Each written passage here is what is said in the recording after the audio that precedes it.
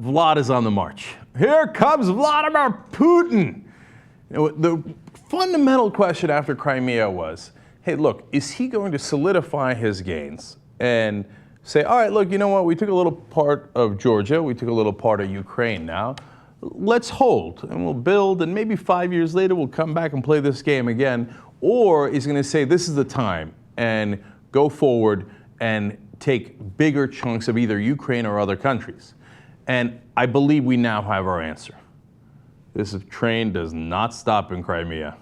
He's going to keep on going. He went on a Russian television program where questions were posed to him. It went on for 4 hours. What is he, Fidel Castro? Anyway, when asked about the incursion into Crimea, he had constantly denied that there were any Russian soldiers there at the time. Now he says perhaps there were, quote, little green men. Oh boy. Okay, so he explains Putin, who previously said the troops were part of a local self-defense force, said the Russian soldiers' presence was necessary to protect the local population from armed radicals and to ensure the holding of a referendum. God, that sounds so scary in a couple of different ways. Number one, as we've told you before, both the Soviets and the Germans in the 1930s said, oh, in order to protect our minorities from the armed radicals over there, we had to arm ourselves. Now, there were no talk of any armed radicals in Crimea before the little green men came in. They were the ones who were armed. So that's just not true at all. And then, of course, the second part of it is, oh, we are just looking forward to referendums. That's what they said in Crimea. And guess what they're looking forward to now in eastern Ukraine? Referendums. Of course, first the little green men visit, and then you have the referendum at gunpoint. He says, no. His troops in Crimea, quote, they acted politely, but resolutely and professionally. I'm not sure how polite you can be while you're holding a gun to someone's head. Okay, so I'm not really buying any of this. Now, okay, so do you have the little green men now in eastern Ukraine? He says, oh, no, of course not. Quote, it's all nonsense. There are no Russian units, special services, or instructors in the east of Ukraine. Even though that's exactly what you said about Crimea, and the actions you've taken in eastern Ukraine are identical to the ones that you took in Crimea, where guys looking like they're from the Russian army, but with the insignias taken off, show up, hence little green men in their green uniforms. They call for referendums and they take over different government offices and police buildings. And they've now done that in 10 different cities in eastern Ukraine. But Putin says, no, I'm just responding to what the Ukrainians did.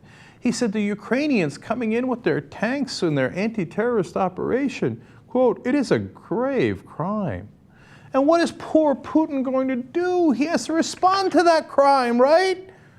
We've seen this movie before in history, and as I've said before, it does not end well.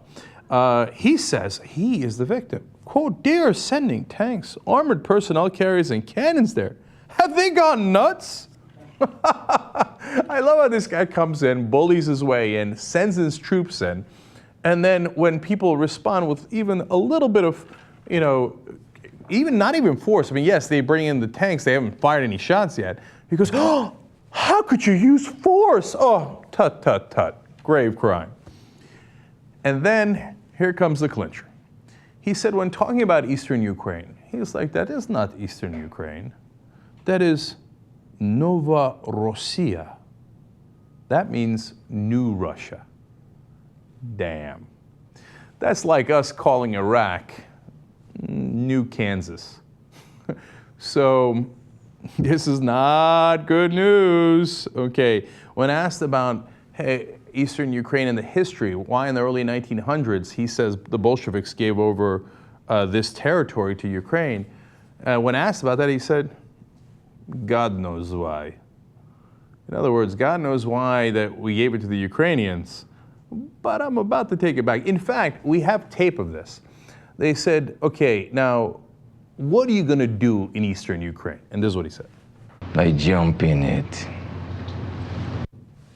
I'm not quite sure that's Putin, but we'll go on.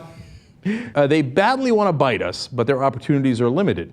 If they try to punish us by putting us into a corner on our knees like naughty children, they will cut the branch they are sitting on. In other words, listen, man, I got all this gas that I'm pumping into Ukraine, which, by the way, he's increased the price of that by 80% since they ousted Yanukovych, which was his puppet. So he's really turning on the screws here, and he's basically saying to the European Union, the West, look, you need my gas, man, and you know it's about the money, and if you do anything like sanctions against me, well, you're going to cut the branch that you're sitting on. In fact, he also says this. I also like savings the money. And when asked about the United States, he says, well, they should worry about their, quote, double standards and lies. All right, here is my conclusion. He's coming. This guy is not going to stop. It's over. I'll pound the gavel for you. Before it was an open question, before there were bad signs, and it was a little foreboding, now we know he's coming. And JR, our producer, reminded me of a really interesting story about Putin that happened about a year ago. You remember when we found out that Robert Kraft, the owner of the Patriots, said that when he showed Putin his Super Bowl ring, Putin simply took it and put it in his pocket and left. Now that happened a while back, but we found out about it a year ago, right? And we were like, that's amazing. Who does that? Well, the guy who just simply took Crimea and put it in his pocket and walked out is the guy who does that. And if you think he's not going to do the same exact strategy in eastern Ukraine as he's in the middle of doing it, you're crazy. He believes in Novorossiya, and he believes he's going to put it back together. And I believe, unfortunately, we will have significant violence before we find out if he's right or not.